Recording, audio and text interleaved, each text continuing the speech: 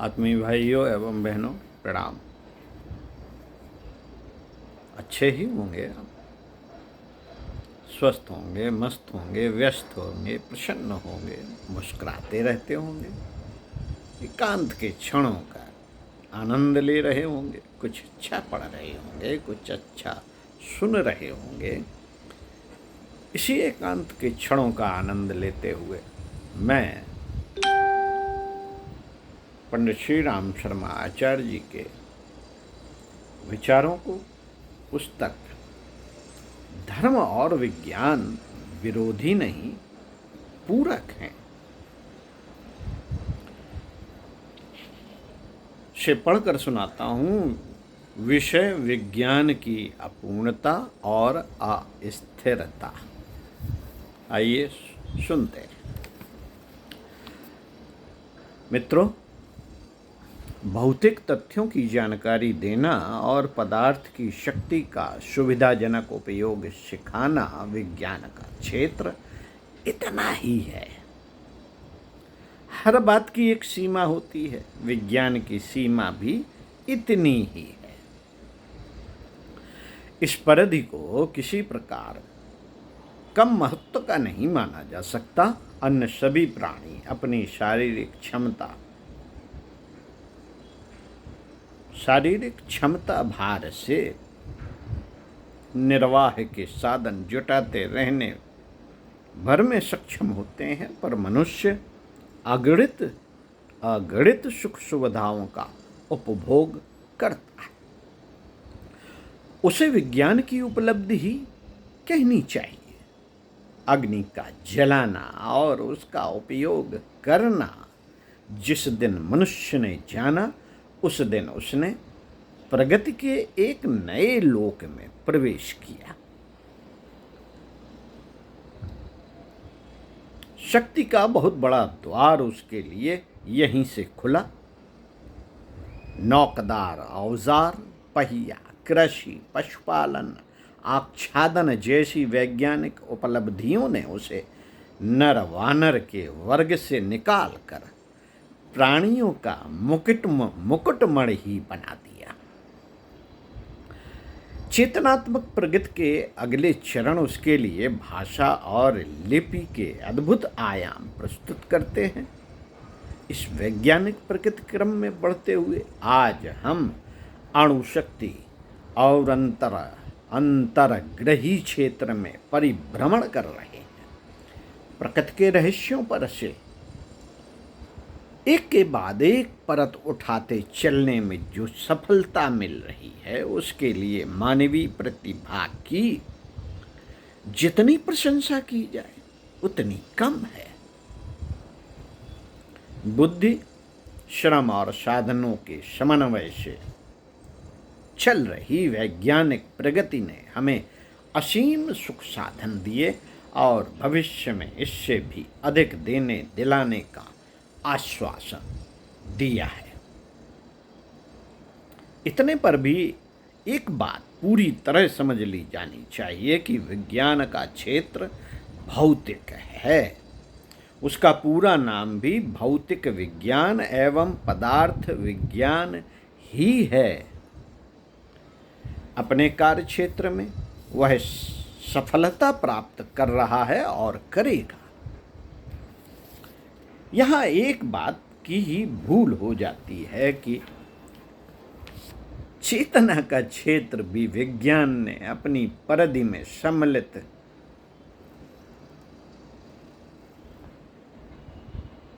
करना आरंभ कर दिया है और चेतना को भी जड़ सिद्ध करने का दुस्साहस किया है। यह भूल है। चेतना पदार्थ नहीं है। उस पर पदार्थ स्तर के नियम सिद्धांत भी लागू नहीं होते। फिर उसे प्रयोगशाला में देखा भी नहीं जा सकता। ऐसे उपकरण बन सकने कठिन हैं जो आत्मा का स्वरूप समझने और उसे अभीष्ट प्रयोजनों के लिए पदार्थ की तरह प्रयुक्त करने में सफल हो सके। शरीर और मस्तिष्क की हलचलों के बारे में विज्ञान ने बहुत कुछ कहा और बताया है, पर यह बताना उसके लिए संभव न हो सका है कि दोनों संस्थानों के सही रहने पर भी मरण क्यों हो जाता है।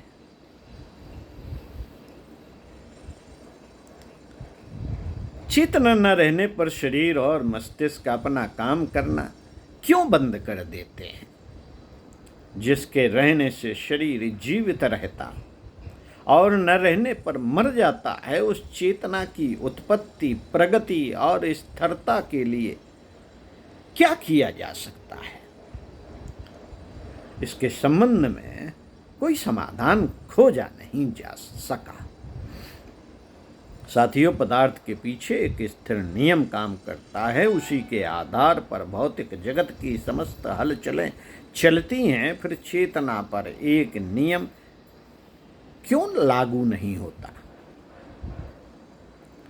वृक्ष वनस्पतियों की तरह मनुष्यों की प्रकृति एक जैसी क्यों नहीं होती। शरीर पर पड़ने वाले प्रभावों की प्रतिक्रिया होना समझ में आता है, पर भावनाएं क्या हैं। विशिष्ट आकांक्षाएं क्यों उत्पन्न होती हैं। मान अपमान क्या है। दया धर्म की उत्पत्ति तथा त्याग बलिदान की प्रवृत्ति का भौतिक आधार क्या हो सकता है। इस तथ्य तक पहुंचना विज्ञान के लिए संभव नहीं हो सका है और न भविष्य में भी वैसा हो सकने की संभावना है। तो भौतिक उपकरणों से भौतिक पदार्थ की स्थिति की ही खोज हो सकती है। चेतना के पर्यवेक्षण के लिए चेतनात्मक उपकरण चाहिए। यह उपकरण अंतःकरण के रूप में विद्यमान है। चेतनात्मक प्रयोगों के अन्वेषण का यही क्षेत्र है। अंतःकरण और प्रयोगशाला को एक मानने या बनाने का प्रयत्न करना न बुद्धिसंगत है और न व्यवहार सम्मत। वह विज्ञान के क्षेत्र से बाहर है। चेतना के नियम और भौतिक नियम के बीच समानता तो पाई जाती है, पर उन्हें एक नहीं माना जा सकता। मानवीय विशिष्टताओं को पदार्थ से तो क्या, दूसरे प्राणियों तक से समतुल्य नहीं माना जा सकता है। क्षुद्र प्राणियों में यौन सदाचार नाम की कोई मर्यादा नहीं है। वे माता, पुत्री, भगनी और पत्नी में कोई अंतर नहीं करते। मनुष्यों के पिछड़े वर्ग में भी इस संबंध में भेद बुद्धि पाई जाती है। शरीर के पूर्ण नग्न रखने में वनवासी मनुष्य भी संकोच करते हैं। नीति और परंपराओं की कितनी ही मान्यताएं उन लोगों में भी पाई जाती हैं जिन्हें सभ्यता से सर्वथा अपरिचित कहा जाता है। यह मानवीय अंतःकरण है जिसकी क्षमताएं, विशेषताएं असीम हैं। संभावनाओं पर विचार करते हैं तब तो आश्चर्य से चकित ही रह जाना पड़ता है। उच्च स्तर तक पहुँचे हुए अतिमानवों की विशेषताएं उनके अंतःकरण की उत्कृष्टता पर ही निर्भर नहीं है। उस भावनात्मक विशिष्टता का कोई कारण एवं आधार प्रतीत नहीं हो सका है।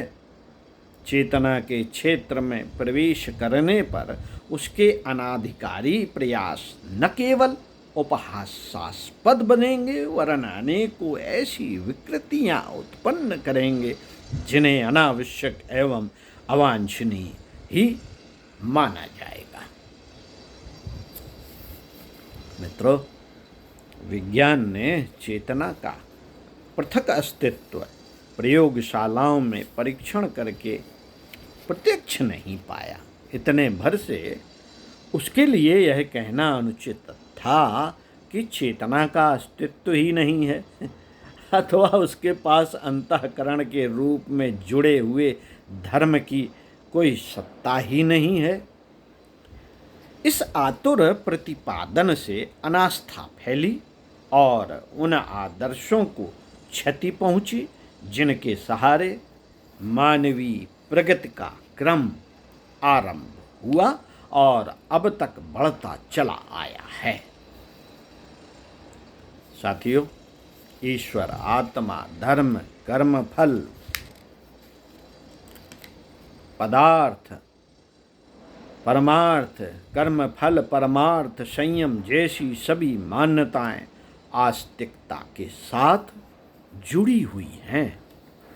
धार्मिकता एवं आध्यात्मिकता के सिद्धांत कट जाने पर उस स्वार्थांधता पर अंकुश न हो सकेगा जिसके दबाव में न रहने के कारण अन्य प्राणी न पारस्परिक स्नेह सहयोग का अभ्यास कर सके और न आत्मनिर्माण की दिशा में कुछ सोचने अथवा करने में ही समर्थ हो सके। मित्रों, विज्ञान यदि धर्म को काटता है तो तर्क की दृष्टि से उसकी विजय मान लेने पर भी एक नया संकट यह खड़ा हो जाएगा कि मानवीय गरिमा को बनाने और बढ़ाने वाली शालीनता से पूरी तरह हाथ धोना पड़ेगा। तब हम क्रमशः पीछे की ओर लौटना आरंभ करेंगे और प्रकृति पुत्र मानुष के अपने उद्गम केंद्र पर जा पहुंचेंगे। प्रगति यहाँ से आरंभ हुई थी, अगति हमें वहीं लौटाकर वापस पहुंचा देगी। प्रगति क्रम में मनुष्य को अन्य प्राणियों से जूझना और उन पर वर्चस्व स्थापित करना पड़ता है। प्रगति क्रम में अगति व दुर्गति की ओर लौटते समय हमें अपने ही वर्ग पर आक्रमण करना पड़ेगा। अन्य प्राणियों के पास मांस, दूध, श्रम के अतिरिक्त और कुछ बचा नहीं है, पर मनुष्य की तृष्णा इससे कहीं अधिक बढ़ गई है। मत्स्य न्याय के अनुसार बड़े छोटे का शोषण करते हैं, बड़े अपनों से बड़ों के आहार बनेंगे, फिर अंततः वे सबसे बड़े भी आपस में उसी नीति को अपनाकर परस्पर मरखप कर समाप्त होकर रहेंगे।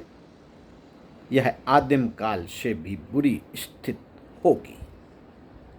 आदिम मनुष्य मूर्ख था, उसकी दुष्टता भी थोड़े क्षेत्र में थोड़ी ही हानि पहुंचा सकती थी, पर आज बुद्धिमान और साधन संपन्न मनुष्य तो वापस लौटते लौटते भी सभ्यता और प्रकृति का सर्वनाश ही करता चलेगा। मित्रों, ऐसी विभीषिकाएं उस प्रतिपादन के पीछे स्पष्ट झांकती देखी जा सकती हैं जो विज्ञान ने धर्म अस्तित्व को स्वीकार करने के रूप में आरंभ की है। मौलिक सुख सुविधा की दृष्टि से विज्ञान ने मनुष्य जाति को जो अनुदान प्रस्तुत किए हैं, अपनी मर्यादाओं का अतिक्रमण करके वह उस श्रेय को नष्ट ही कर देगा जो अब तक की उपलब्धियों के कारण उसने प्राप्त किया है। अनुपयुक्त अतिक्रमण के दुष्परिणाम सदा भयावह ही होते रहे हैं। विज्ञान ने यथार्थ की शोध करके अपनी प्रामाणिकता की छाप छोड़ी है। अतिक्रमण के कारण उसकी ख्याति और प्रतिष्ठा को आघात पहुंचेगा ही, उपयोगिता भी संदिग्ध बन जाएगी। विज्ञान का जन्म तो बहुत पहले हो चुका, किंतु विश्व इतिहास की लंबाई को देखते हुए पिछली शताब्दियों से उनकी अति उत्साही प्रगति का समय थोड़ा सा ही गुजरा है। इन दोनों की उपलब्धियों को बाल विकास के समतुल्य ही माना जा सकता है। बच्चे रोज भूल करते और रोज संभलते हैं। यही इन दिनों वैज्ञानिक शोध प्रक्रिया के संबंध में भी चल रहा है। आज एक सिद्धांत बनता है, उसे मान्यता मिलती है, कल संदेह उत्पन्न होता है, परसों उसकी काट छांट शुरू होती है और अगले दिन उसे अप्रामाणिक ठहराकर अमान्य कर दिया जाता है।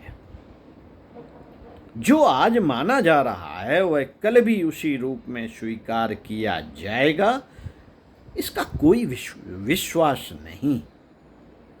सत्य की शोध के मार्ग पर प्रयत्न तो भरपूर होने चाहिए, पर साथ ही नम्र रहने और धैर्य रखने की भी आवश्यकता है।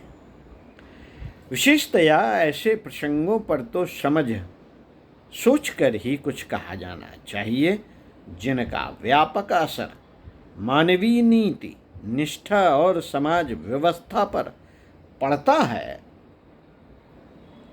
धर्म ऐसा ही विषय है। उसका सीधा संबंध मनुष्य की चरित्र निष्ठा और समाज निष्ठा से है। यदि उस आदर्श को बनाए रहना है तो उन नींव के पत्थरों को खिसकना नहीं चाहिए जिन पर की स्थिरता और प्रगति का समूचा महल ही खड़ा हुआ है। पिछली शताब्दियों के वैज्ञानिक प्रगति की यूं सराहना ही की जा सकती है, किंतु यह नहीं मान बैठना चाहिए कि पूर्णता की स्थिति आ गई और ऐसी स्थिति बन गई जिसके आधार पर चेतना के अस्तित्व और उसके चिंतन एवं कर्तव्य में उत्कृष्टता का समावेश करने वाले धर्म को ही अवास्तविक एवं अनावश्यक ठहराया जाने लगे। विज्ञान को अपने बालकपन का ध्यान रखना अधिक और धर्म की अस्वीकृति जैसे प्रसंग पर सोच समझकर ही अपने आप मत व्यक्त करना चाहिए। प्रगति के नाम पर जो दुर्गति हुई है उसको भी ध्यान में रखा जाना चाहिए। यंत्र औजारों के उपकरण की बात अलग है, पर किन्हीं ऐसे प्रयोग के संबंध में बहुत ही सतर्कता बरतनी चाहिए जो आरंभ में तो बड़े लाभदायक प्रतीत होते हैं पर परीक्षण के उपरांत हानिकारक सिद्ध होते हैं। ऐसे प्रयोग में अतिवादी उतावली से वह अपेक्षित लाभ तो मिलता नहीं, उल्टे बेहिसाब हानि उठानी पड़ती है। अच्छा होता यदि धैर्य रखा जाता, छोटे क्षेत्र में प्रयोग किया जाता और लाभ हानि का भली प्रकार लेखा जोखा लेने के उपरांत उसका व्यापक प्रयोग आरंभ किया जाता। अनेक क्षेत्रों में अत्युत्साह के कारण जो हानि उठानी पड़ी है उसे यदि ध्यान में रखा जा सके तो चेतना के स्वतंत्र अस्तित्व और उसके अविच्छिन्न आधार धर्म को अस्वीकार करने में जो उतावली बरती जा रही है उसे थोड़े लोगों पर प्रयोग करके और उसके निष्कर्ष देखकर व्यापक प्रतिपादन का कदम बढ़ाया जाए। आज जो विज्ञान अपनी अपरिपक्व भिन्न स्थिति को नजरअंदाज कर अधूरी जानकारी के आधार पर धार्मिकता पर आक्रमण करता है तो उसे अनुचित ही कहा जाएगा। पंडित श्री राम शर्मा आचार्य। ओम शांति।